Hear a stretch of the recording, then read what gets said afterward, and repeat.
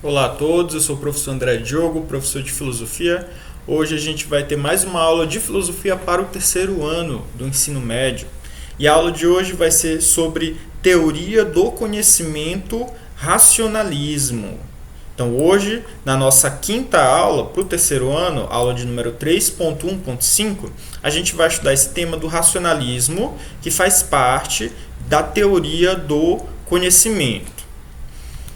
Antes da gente adentrar, propriamente dito, no tema do racionalismo, a gente vai fazer uma revisão das aulas anteriores, das 4 aulas anteriores. Então, lá na primeira aula, a gente viu o método de estudo que a gente vai aplicar aqui nas nossas aulas, nas nossas atividades, que é um método composto por 3 etapas. Então, para você estudar o texto, você tem que fazer 3 etapas. Você tem que fazer 3 leituras. Primeira leitura, leitura geral. Segunda leitura, fichamento. Terceira leitura, resumo. Isso a gente viu lá na nossa primeira aula. Além disso, na primeira aula a gente viu o que era leitura, quais são os elementos importantes de uma leitura, objetivo determinado, conhecimento das palavras, espírito crítico, interrupção da leitura caso o texto não seja o esperado, análise, síntese. E a gente viu também algumas noções básicas da arte de sublinhar. Não sublinhar na primeira leitura, sublinhar apenas as ideias principais, entre outras. Na segunda aula, a gente começou a trabalhar esse tema da teoria do conhecimento, só que de uma forma indireta. Por quê? Porque a gente não estudou um texto de filosofia, a gente estudou um texto... um poema do Alberto Caeiro, que é um heterônimo do Fernando Pessoa. E o nome do poema é Não Basta Abrir a Janela. Então ele fala, na metade do poema aproximadamente, é preciso também não ter filosofia nenhuma. Com filosofia não há árvores, há ideias apenas. Então, a ideia é que ele está criticando o pensamento que tem na filosofia de você trabalhar apenas com ideias. Já na terceira e na quarta aula, na terceira aula começando, a gente fez a parte 1 de uma investigação sobre esse próprio tema, teoria do conhecimento. Então, lá na primeira parte da investigação, eu pedi para vocês fazerem uma leitura geral e depois um fichamento sobre as páginas que eu passei. Na segunda leitura, eu pedi para vocês fazerem a terceira etapa do nosso método. Que terceira etapa foi essa que eu apliquei? O resumo. Então, vocês construíram o nosso método, vocês aplicaram o nosso método nessas 2 atividades. Então, na terceira aula, a gente fez a primeira e a segunda etapa, e na parte 2 da nossa investigação, que foi a nossa quarta aula, investigação sobre teoria do conhecimento, parte 2, a gente construiu um resumo sobre aquilo que vocês já tinham lido e estudado na aula anterior, na terceira aula. E aí, na aula de hoje, e a próxima, a gente vai estudar como se fosse uma aula tradicional, um pouco mais tradicional. Só que só vai ser permitido essa aula tradicional depois da gente já ter abordado toda a aula, todo o processo anterior em que vocês mesmos puderam investigar o tema do conhecimento. Então, novamente, na primeira aula a gente apresentou o método de estudo. Na segunda aula a gente viu um poema para a gente começar a pensar sobre o que é conhecimento. Na terceira e na quarta aula vocês investigaram o que é teoria do conhecimento. E agora, na quinta aula, a gente vai tentar sintetizar um pouco e destacar alguns elementos mais importantes desse tema, teoria do conhecimento, ok? Então, vamos partir agora para a aula de hoje mesmo. Para a gente estudar o que é teoria do conhecimento, o que é racionalismo, a gente vai começar por partes, tá? Então, vamos tentar apresentar primeiro, dentro desse tema, teoria do conhecimento, a questão principal, o tema principal, que é o próprio conhecimento. Então, quando você fala que você conhece alguém, quando você fala que você sabe química, quando você fala que você conhece uma música, o verbo que está presente ali, conhecer, ele remete a um substantivo. Que substantivo é esse? conhecimento. A questão é, o que significa conhecimento? Não vale você responder, conhecimento é conhecer. Não, porque isso não explica muita coisa. É necessário que a gente tente entender o que significa conhecimento. Então vamos retomar os exemplos que eu apontei ainda agora. Você fala, eu conheço uma música, eu conheço determinada pessoa, eu conheço aquela obra de arte, eu conheço química. Percebam que sempre quando você está falando do verbo conhecer, vai existir uma pessoa que está conhecendo e vai existir algo que está sendo conhecido. Então, é por isso que conhecimento, aqui no slide, conhecimento é uma relação entre sujeito e objeto. Então, Beatriz conhece física. Beatriz conhece física. Beatriz é sujeito ou objeto? Sujeito. Beatriz conhece química. Química é sujeito ou objeto? Objeto. Isso aqui lembra muito gramática. Então, para quem gosta de português e entende o que é um objeto direto, um objeto indireto, um verbo transitivo direto, indireto, um verbo intransitivo. Então, você já começa a relacionar, e é exatamente isso, é a mesma coisa. Esse sujeito e objeto aqui são bem semelhantes ao sujeito e objeto lá da gramática. É simplesmente aquele que está praticando a ação verbal. Então, no caso, quando eu falo, o ser humano conseguiu descobrir um novo planeta. Então, quem é o sujeito? O ser humano. E quem é o objeto? Um novo planeta. João conhece Pedro. Quem é o sujeito aqui? João. E quem é o objeto? Pedro. Por isso, conhecimento vai ser sempre uma relação entre sujeito e objeto. Ok? Então, tá bem aqui o esquema. Ainda no tema da teoria do conhecimento, eu estou tentando fazer uma ilustração aqui, apresentar uma ilustração para a gente entender um pouco como é que funciona essa relação. Então, eu tenho aqui uma pessoa que representa o sujeito e tem aqui determinado objeto, um cubo, tá?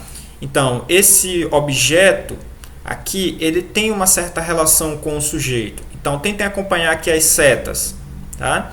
Essa primeira seta aqui significa que ela parte do sujeito em direção ao objeto. Essa seta aqui de baixo significa que vai partir do objeto para o sujeito. Ora, o que isso significa?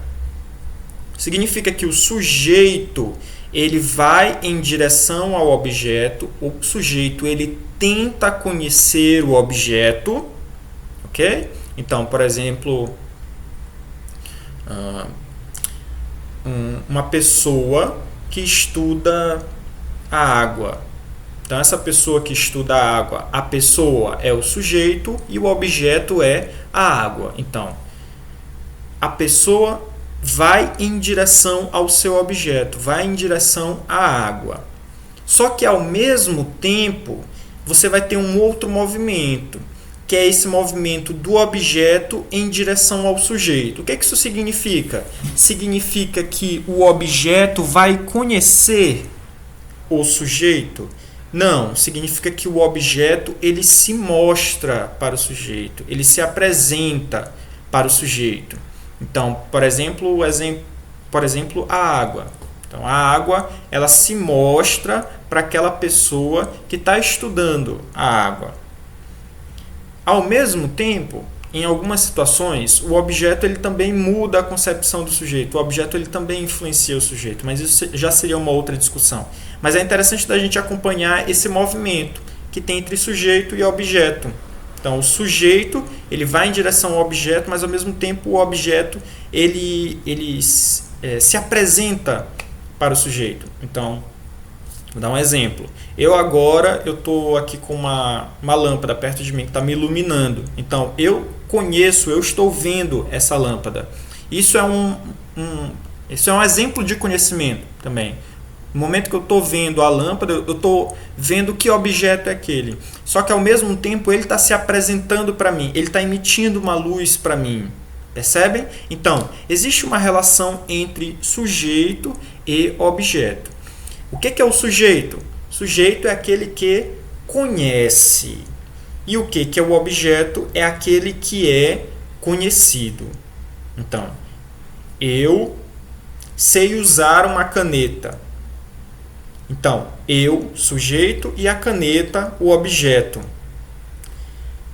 O sujeito, no caso, eu, é aquele que conhece o objeto. Já a caneta é aquela que é conhecida por mim, ok? Então, para fixar, sujeito, aquele que conhece, e objeto, aquele que é conhecido.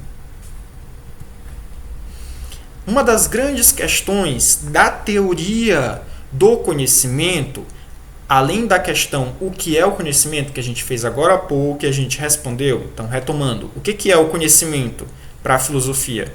Uma relação entre sujeito e objeto. Só que a gente poderia começar a se perguntar a seguinte questão: como é que eu sei que esse caderno que eu tenho aqui do meu lado, ele é branco? Como eu sei que essa luz que está me iluminando agora está esquentando o ambiente, está deixando o ambiente mais quente? Como é que eu sei de tudo isso? Como é que eu sei que 2 mais 3 é 5? Será se eu já nasci sabendo, de certa forma, ou será se eu apenas fui aprendendo isso aos poucos? Talvez a resposta mais imediata fosse que a gente fosse que a gente vai aprendendo aos poucos. Só que existe uma outra resposta também para você. Vamos supor, uma criança, quando ela nasce, ela não sabe falar o nome da mãe. Ela vai aprendendo, ok? Então, depois de 6 meses, ela vai e fala pela primeira vez mamãe ou papai. Aí você pode me responder: professor, então, ela aprendeu a falar, ela conheceu apenas depois dela ter nascido. Ela não sabia exatamente nada antes dela ter nascido. A questão que eu faço para vocês é: mas se ela não soubesse nada, como é que ela teria a capacidade de se expressar? Como é que ela teria a capacidade de falar? Se ela não tivesse nada antes do próprio nascimento que garantisse a ela que ela aprendesse isso. Por exemplo, se ela não tivesse uma parte no cérebro dela que desse a capacidade para ela aprender as coisas. Não sei se está dando para compreender.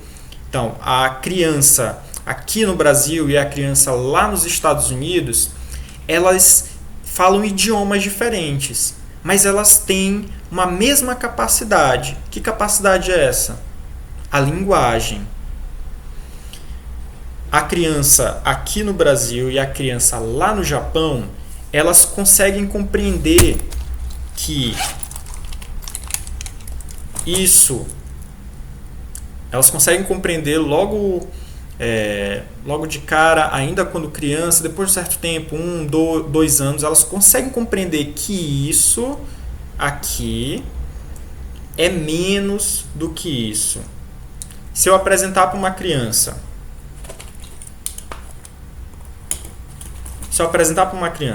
2 brinquedos em uma mão e 1 brinquedo em outra mão, qual que você acha que ela vai escolher? Provavelmente ela vai escolher esse que tem 2 brinquedos, supondo que sejam os mesmos brinquedos, ok? Então, a criança ela não sabe que isso aqui é 2 e ela não sabe que isso aqui é 1. Só que parece que ela já tem a noção de que aqui eu tenho mais do que aqui. Então, parece que a criança ela já nasce sabendo o que é uma quantidade. Ela já nasce sabendo, mesmo que de forma primária, o que significa o número. Ok? Então, não é que ela já sabe resolver quanto é 359 vezes 1.428.000.000. Ela não sabe isso. mas ela já sabe diferenciar um pouco o que é quantidade. Ela já nasce sabendo sobre essa ideia de quantidade. Então, percebem como é problemático você questionar como é que a gente conhece as coisas, no sentido de questionar, no sentido de perguntar qual a origem das coisas. A gente já nasce sabendo as coisas ou não? Isso não é uma questão fácil para a filosofia. Então, em resumo, todo esse questionamento que eu estou fazendo para vocês é sintetizado pela seguinte questão: qual a fonte do conhecimento? Será se o Neymar já sabia jogar futebol antes dele nascer? Aí você pode falar, não, ele não sabia jogar futebol, mas talvez ele tivesse uma certa capacidade, um certo dom para jogar futebol. E aí ele foi treinando, colocando em prática, e aí aprendeu. Ou você poderia responder de outra forma, não, professor, ele não tinha nenhum dom, ele não tinha nenhuma capacidade, ele aprendeu porque ele foi jogar bola lá na praia, foi jogar bola com os amigos dele, e aí ele aprendeu. Essas duas respostas, elas são possíveis dentro da filosofia. A resposta de que a gente já nasce com algumas coisas, já nasce com algumas ideias, é a resposta que a gente vai ver hoje. E a resposta de que a gente vai aprendendo aos poucos, com a experiência, é a resposta que a gente vai ver na próxima aula. Tudo bem? Então a questão principal para a teoria do conhecimento, depois da questão sobre o que é o conhecimento, é a seguinte questão: qual a fonte do conhecimento? O que significa fonte? Origem. Qual a origem do nosso conhecimento? Então, a primeira resposta é: a fonte do nosso conhecimento são as ideias. E essa resposta é chamada de racionalismo. Tá? A gente vai analisar agora o racionalismo de um filósofo, um dos mais importantes filósofos de toda a história da filosofia, que foi o Descartes. Então, está bem aqui a pintura do Descartes. O René Descartes, vou ler aqui no slide. René Descartes, nascido em 1596 e morreu em 1650, filósofo e matemático francês. Para Descartes, temos que buscar um conhecimento seguro. Então, novamente, René Descartes, 1596-1650, filósofo e matemático francês. Para Descartes, temos que buscar um conhecimento seguro. Então, temos que buscar um conhecimento seguro. O que significa um conhecimento seguro? Exemplo, quanto é 3 vezes 4? Todo mundo está seguro e tem a certeza que 3 vezes 4 é 12. Então, esse conhecimento da matemática, ele é um conhecimento seguro. Ele é um conhecimento seguro. Agora, se eu perguntar para você,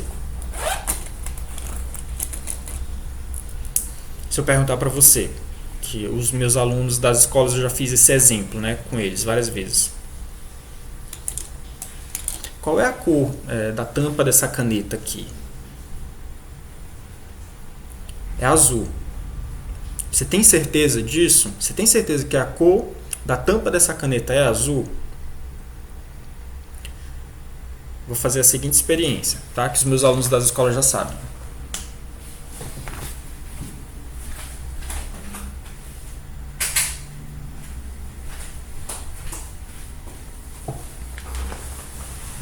Pronto. Percebam como continua sendo... Pronto. Percebam como mudou um pouco a cor dela. Se eu não tivesse nenhuma fonte de luz, que tem ali da janela, se não tivesse nenhuma fonte de luz, eu não conseguiria... Deixa eu voltar a luz aqui. Eu não conseguiria observar essa cor azul. Então, você não pode ter certeza que a cor da tampa dessa caneta ela é realmente azul. Por quê? Porque se você não tivesse nenhuma fonte de luz, essa cor azul estaria presente aqui? Não. Então, essa é uma questão importante. Aquilo que a gente vê, a gente pode ter realmente certeza? Exemplo, a luz. Exemplo, quando você está na praia, e aí você olha lá no fim, aquele horizonte, né? Aí você olha e não tem mais nada para lá. Aí você pega o seu iate, né, que vocês têm, você pega o seu iate e vai em direção a esse horizonte. Aí chega lá no final e você observa que, na verdade, não tem final. Você continua indo até o momento que você chega em uma outra ilha. Sendo que antes, quando você estava na beira da praia, você não conseguia ver essa ilha. Então, a ideia é, não dá pra gente confiar em tudo aquilo que a gente vê, por exemplo. Ou em tudo aquilo que a gente ouve. Então, você pode escutar, por exemplo, um barulho que parece ser um tiro. Aí você vai na sua porta para olhar o que foi que aconteceu, ver se alguém morreu, e quando você chega lá, é uma criança jogando uma bomba no período de São João. Então, novamente, você foi enganado agora pela sua audição. Tá? Vamos imaginar agora que você fique com uma venda aqui e eu te ofereça algum alimento, e aí quando você tira a venda, você percebe que era um outro alimento e não aquele que você tinha comido. Então, por exemplo, eu comi alguma coisa. Você come um frango, você come, por exemplo, um peixe, um determinado peixe, sem olhar que peixe era aquele, apenas pelo gosto, pelo paladar. E aí quando você tira a venda e você vai olhar, é um outro tipo de peixe. Percebem? Então, agora o que foi que me enganou? Foi o meu paladar. Então, parece que a visão, a nossa audição, o nosso paladar, o nosso olfato, o nosso tato, eles podem nos enganar. Se eles podem nos enganar, eles não são isso bem aqui que o Descartes está chamando de conhecimento seguro. A gente tem que buscar o conhecimento seguro, que nós encontramos, por exemplo, na matemática. 3 vezes 4 é 12. A gente não vai discutir isso. Agora, se uma determinada música ela agrada aos seus ouvidos, se uma determinada comida é boa ou não, isso já é algo que a gente discute. Ok? Eu falei anteriormente que o Descartes ele era filósofo e matemático. O Descartes é da palavra Descartes que vem a palavra cartesiano, que todo mundo aí que gosta de matemática conhece. Tá? Cartesiano, que é o plano cartesiano. Então foi o Descartes quem criou aqui o plano cartesiano. Que aí eu tenho o eixo das coordenadas, o eixo das abscissas, não sei se eu estou enganado. Aqui eu tenho o ponto de origem, tá? A parte positiva, a parte negativa, eixo X, o eixo Y, ok? E aí você consegue colocar os gráficos aqui. Aí quando é função de primeiro grau, é uma reta, e quando é função de segundo grau, uma parábola, né? Então, conteúdos lá do 8º, 9º ano, né? E do ensino médio também. Então, isso aqui, quem criou esse plano aqui foi o Descartes, que além de matemático, era filósofo. Então, o Descartes, ele tem essa ideia aqui. O conhecimento dos sentidos não é seguro. Professor, o que são os sentidos? É aquilo que eu estava mostrando agora há pouco para vocês. Os sentidos são... Vou ligar as luzes aqui rápido. Só um momento.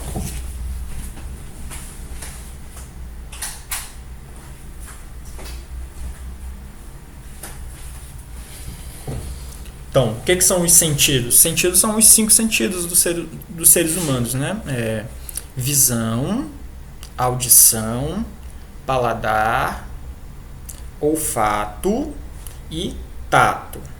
Okay? Esses são os nossos 5 sentidos. O que ele está falando? Ele está dizendo que o conhecimento dos sentidos não é seguro. Vou dar um exemplo. Você coloca uma venda, vou dar um outro exemplo. Você coloca uma venda, né? E aí eu entrego para você uma tanja.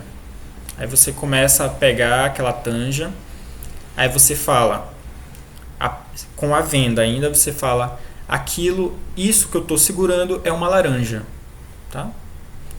Ou isso que eu estou segurando é uma outra coisa. E aí na hora que você tira a venda, você vai e fala, não é uma laranja, é uma tanja.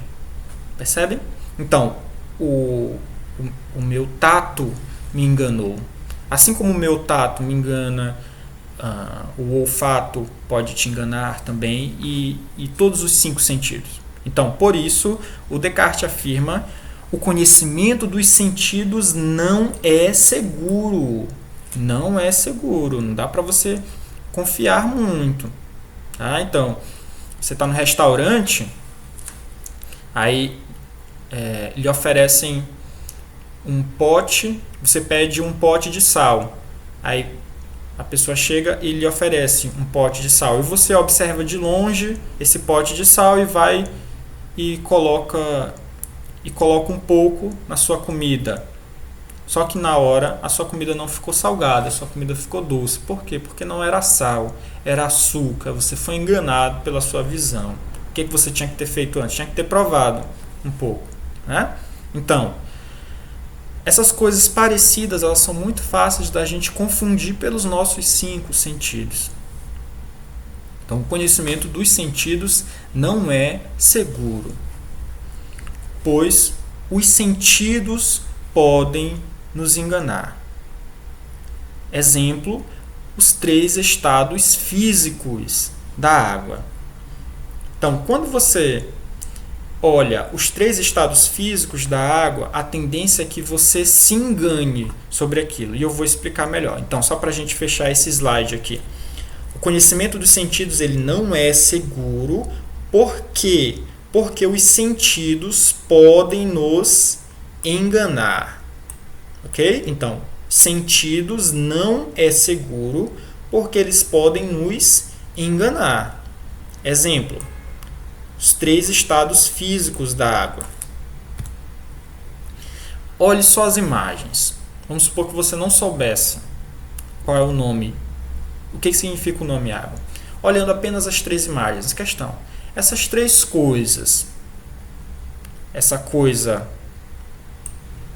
sólida aqui. Essa coisa líquida. E essa coisa gasosa. Esse gás aqui. Essas 3 coisas são a mesma coisa? Aparentemente não. Aparentemente essas 3 coisas são coisas diferentes. A tendência, quando a gente tem 3 coisas, quando a gente tem coisas diferentes, qual é a tendência? É que a gente dê um nome diferente para as coisas, não é? E o nome para essa coisa é diferente do nome para essa coisa. Por quê? Porque essas 2 coisas são diferentes. Então, essas 3 coisas aqui também são diferentes. Quando você não está na escola, quando você não estuda química, a gente dá 3 nomes diferentes para isso. Qual o primeiro nome que você dá para essa coisa sólida aqui? Você fala que isso aqui é gelo. Essa segunda aqui é água. E essa terceira aqui você fala que é gás. Né? Você fala que é gás. Então, são 3 nomes diferentes. Gelo, água, gás. Mas a questão é, qual é a fórmula química dessas 3 coisas aqui?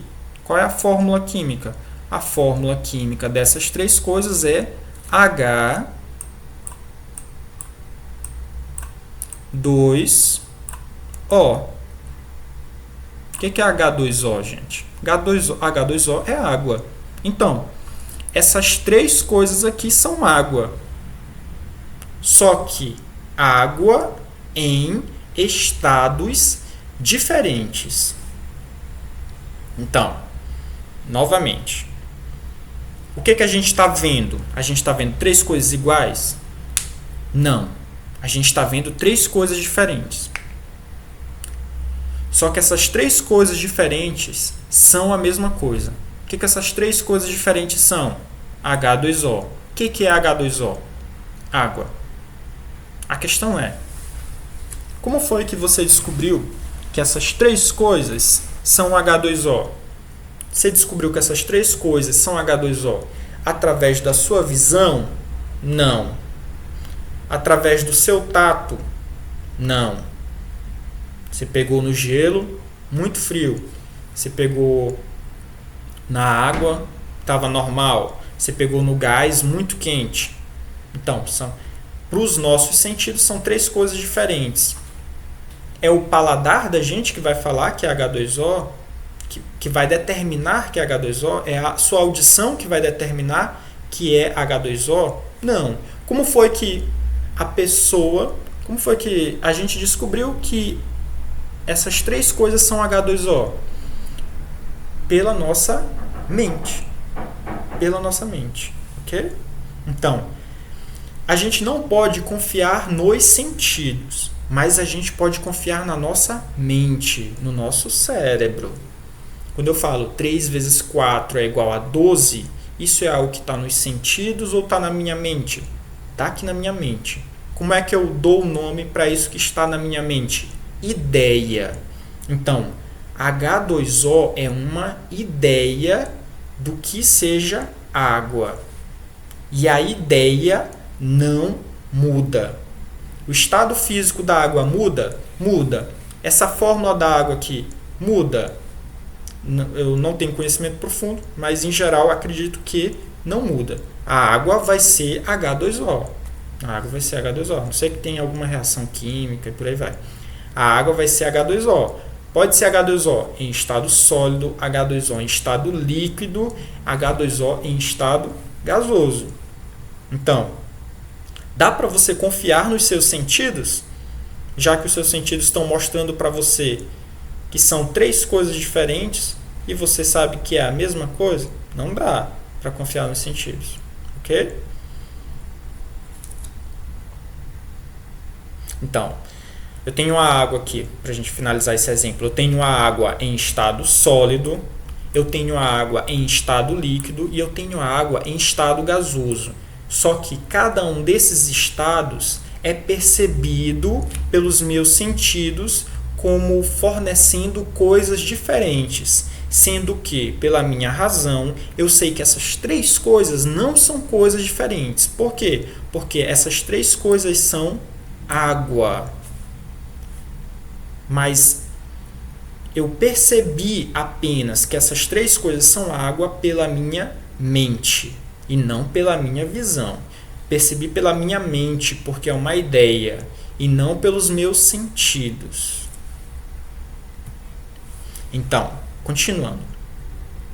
A questão é, quando o professor de filosofia fala para você que os sentidos te enganam, aí você começa a fazer isso aqui. Ó. Você começa a duvidar de tudo.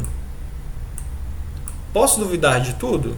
Do alimento que eu como, das cores, exemplo da caneta agora há pouco, dos seus amigos. Será que aquele amigo que você tem, ele é verdadeiro com você ou ele está falando mal de você pelas suas costas? Será se o alimento que você está comendo agora no restaurante e aí o chefe de cozinha fala para você que esse alimento foi feito no dia de hoje, será mesmo que ele foi feito no dia de hoje? Ou será se ele não é esquentado e foi feito há 15 dias atrás? Será se as cores que você está vendo são as cores corretas ou elas não estão sendo influenciadas pela luz do ambiente? Então você começa a se perguntar sobre absolutamente qualquer coisa, sobre todas as coisas. A questão é, quando você começa a duvidar de tudo, você vai e começa a acreditar que nada vai escapar da sua dúvida, que você vai duvidar de absolutamente tudo. Você pode duvidar de tudo, mas você não vai poder duvidar de uma coisa. Aí que vem a questão. Então, novamente, você pode duvidar de tudo? Em tese, sim. Só que existe uma coisa que você não pode duvidar.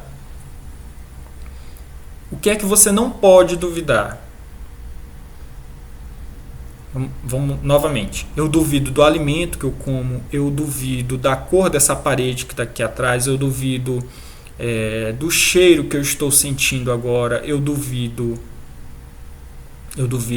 daquilo que eu estou vendo, eu duvido do gosto de alguma coisa, eu duvido de uma música, eu duvido de tudo. A única coisa que você não pode duvidar é que você duvida.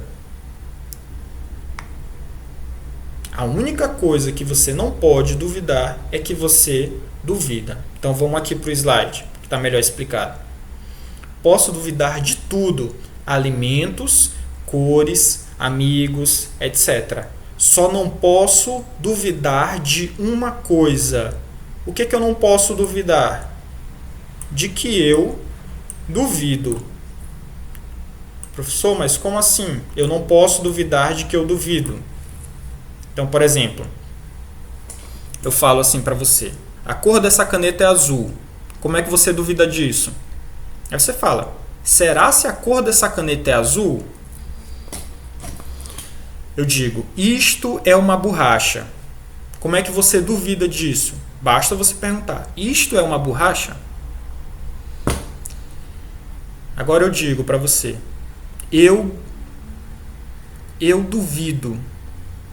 Eu estou duvidando das coisas.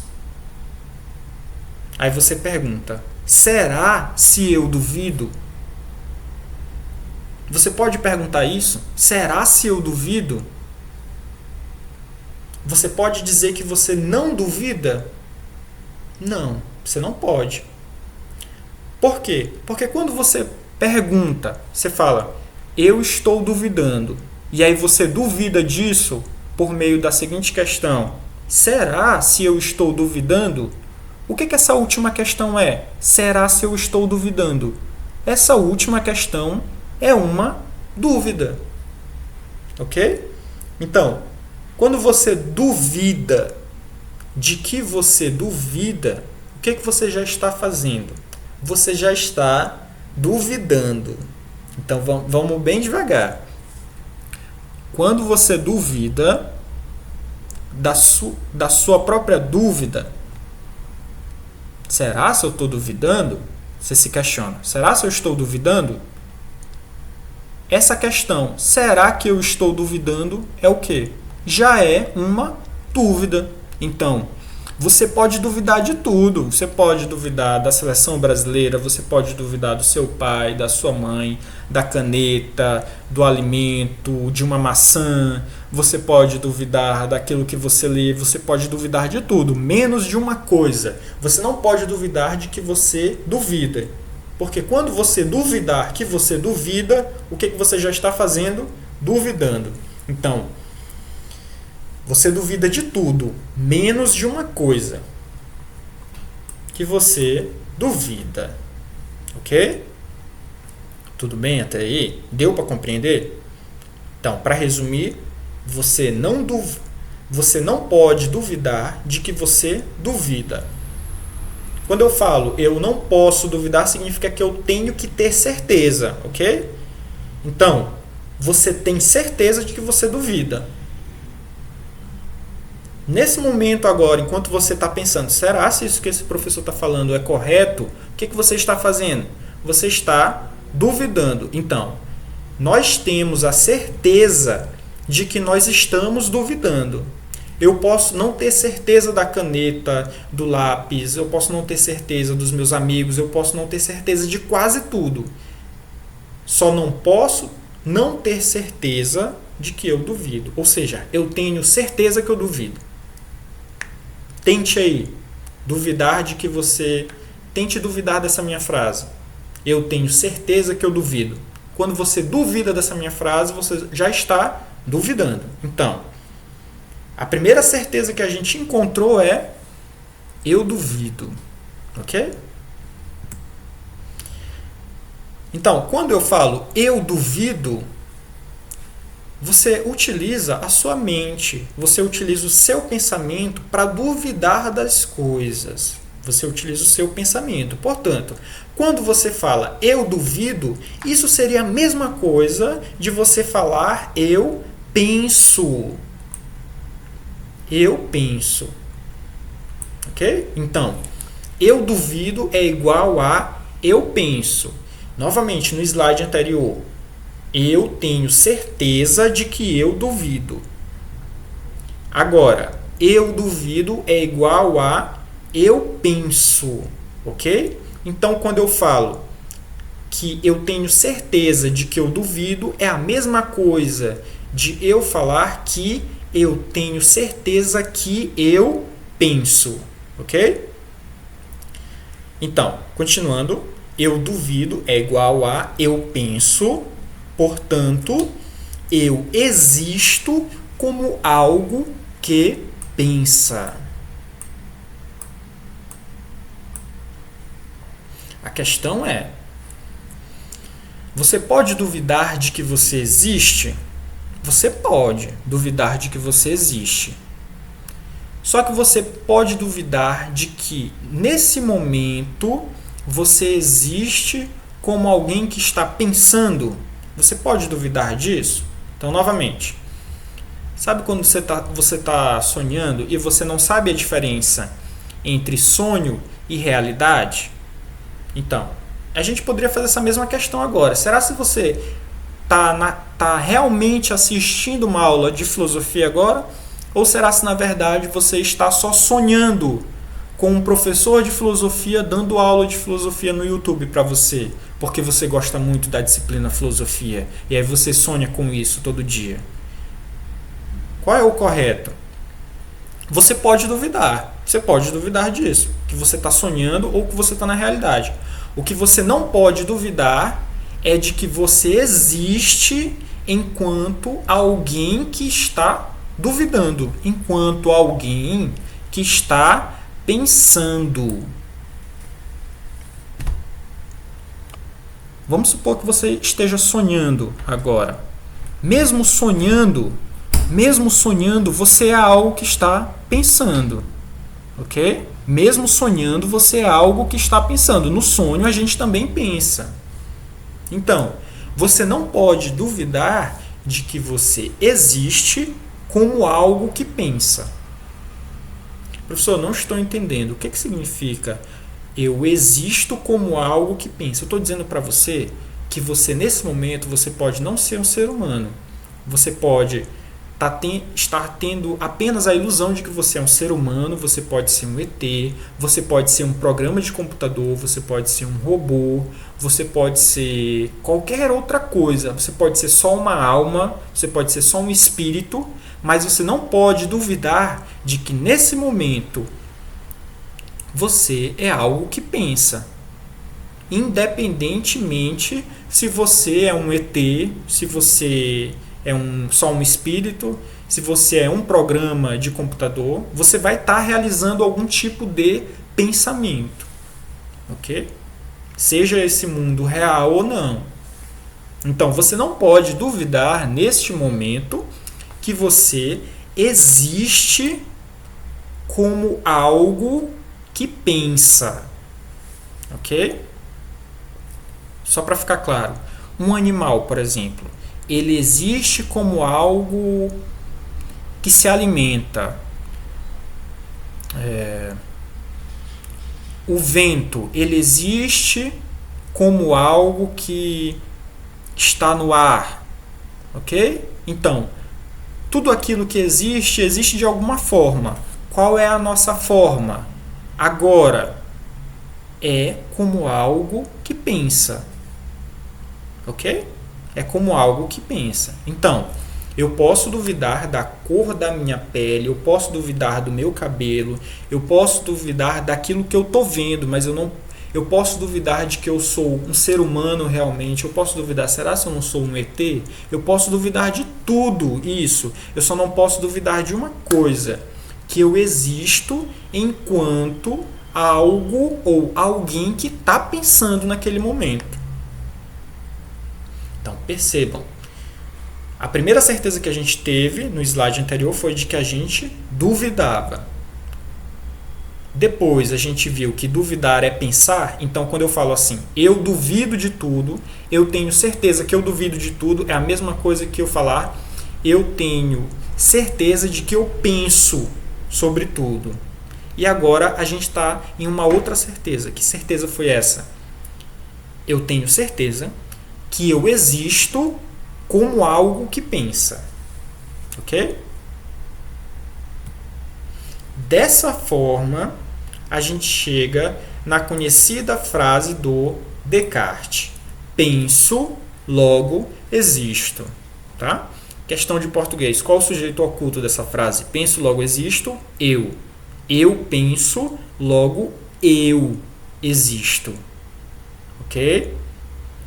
Então,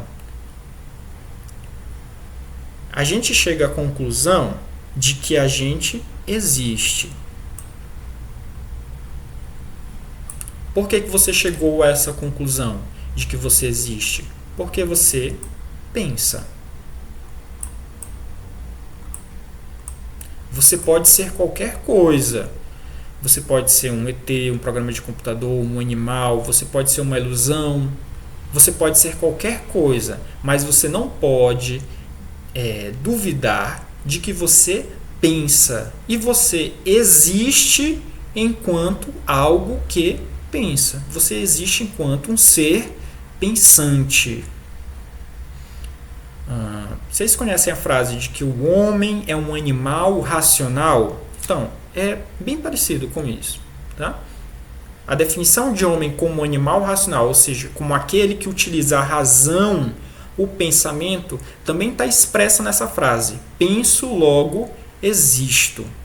Então, eu posso duvidar de quase tudo, menos duvidar do meu pensamento e de que eu existo no meu pensamento. Eu penso, logo existo. Então está aqui a conhecida frase do Descartes. Dessa forma, a gente já chega à conclusão da nossa aula, para a gente finalizar também, de que a resposta àquela questão, a segunda questão que eu fiz, qual a origem do conhecimento, a gente pode falar agora. Qual a origem do conhecimento? Vamos fazer essa questão novamente. Qual a origem do conhecimento? Ora, eu estou perguntando agora qual a origem do conhecimento seguro, o conhecimento verdadeiro. Porque eu não posso falar com certeza que a cor da tampa dessa caneta é azul, ou vermelha, ou preta, que seja. Eu não posso falar isso com absoluta certeza. Mas eu estou me perguntando qual a origem do meu conhecimento verdadeiro, daquele que eu tenho certeza. Exemplo, 2 vezes 3 é igual a 6. Qual a origem desse conhecimento? A origem desse conhecimento é pensamento, que eu também posso chamar de razão, ou ainda as ideias. Percebam aqui, ó, razão, a palavra razão, ela forma essa palavra bem aqui, ó, racionalismo. Então, qual a origem do conhecimento para o racionalismo? É só você lembrar, ó, racionalismo é a mesma coisa que razão. Então, qual a origem do conhecimento para o racionalismo? A razão, o pensamento, as ideias. Por quê? Porque a razão, o pensamento, as ideias é a única certeza que você tem. Você não tem certeza mais de nada nessa vida, mas você tem certeza das ideias. Você tem certeza da razão. Eu falo quando você não tem certeza mais de nada, em relação àquilo que você vê, em relação àquilo que você percebe pelos sentidos, ok? Então, você pode duvidar de tudo que você percebe pelos sentidos, mas você não pode duvidar da sua razão, você não pode duvidar da sua capacidade de pensamento. Tudo bem? Então, para o racionalismo, no qual o Descartes faz parte, que foi aquele que a gente estava analisando agora há pouco, o Descartes foi o filósofo que falou penso, logo existo. Para o Descartes e para o racionalismo, qual a origem do conhecimento? O pensamento, a razão ou as ideias, que são a mesma coisa. Tudo bem? Então, está aqui a referência do que eu utilizei. Dessa forma, a gente finaliza a nossa aula, que foi sobre teoria do conhecimento, racionalismo. Então, foi uma aula onde primeiro a gente viu que conhecimento é uma relação uma relação entre sujeito e objeto. Depois a gente viu que uma das principais questões para a teoria do conhecimento é a questão qual a origem do conhecimento. Após isto, nós tentamos investigar, juntamente com o filósofo Descartes, por meio das obras do Descartes, das ideias principais dele, o que a gente poderia fazer com relação ao processo de conhecimento, de pensamento, melhor dizendo, e a gente viu que, conforme o Descartes, a gente pode duvidar dos nossos 5 sentidos, de tudo o que vem dos nossos 5 sentidos. A gente pode duvidar de tudo que vem da visão, da audição, do tato, do paladar e do olfato, mas a gente não pode duvidar de que a gente duvida. Se a gente não pode duvidar de que a gente duvida, a gente não pode duvidar de que a gente pensa. Se a gente não pode duvidar de que a gente pensa, ou seja, eu tenho certeza que eu penso. Dessa forma, eu tenho certeza também que eu existo como algo que pensa. E daí a gente forma a conhecida frase do Descartes, penso, logo existo, também escrita em latim, cogito ergo sum. Tudo bem? E por fim, a gente viu que a origem do conhecimento para o racionalismo, já que o racionalismo acredita que os 5 sentidos podem nos enganar, então qual a origem do conhecimento para o racionalismo? São os 5 sentidos ou são a mente? Ou a mente? A origem do conhecimento para o racionalismo é a nossa mente, ou ideias, ou pensamentos. Então, dessa forma, a gente finaliza a nossa aula aqui, que foi sobre teoria do conhecimento, racionalismo. Qualquer dúvida ou comentário podem deixar aqui nos comentários do YouTube ou me mandar por e-mail. Até a próxima aula.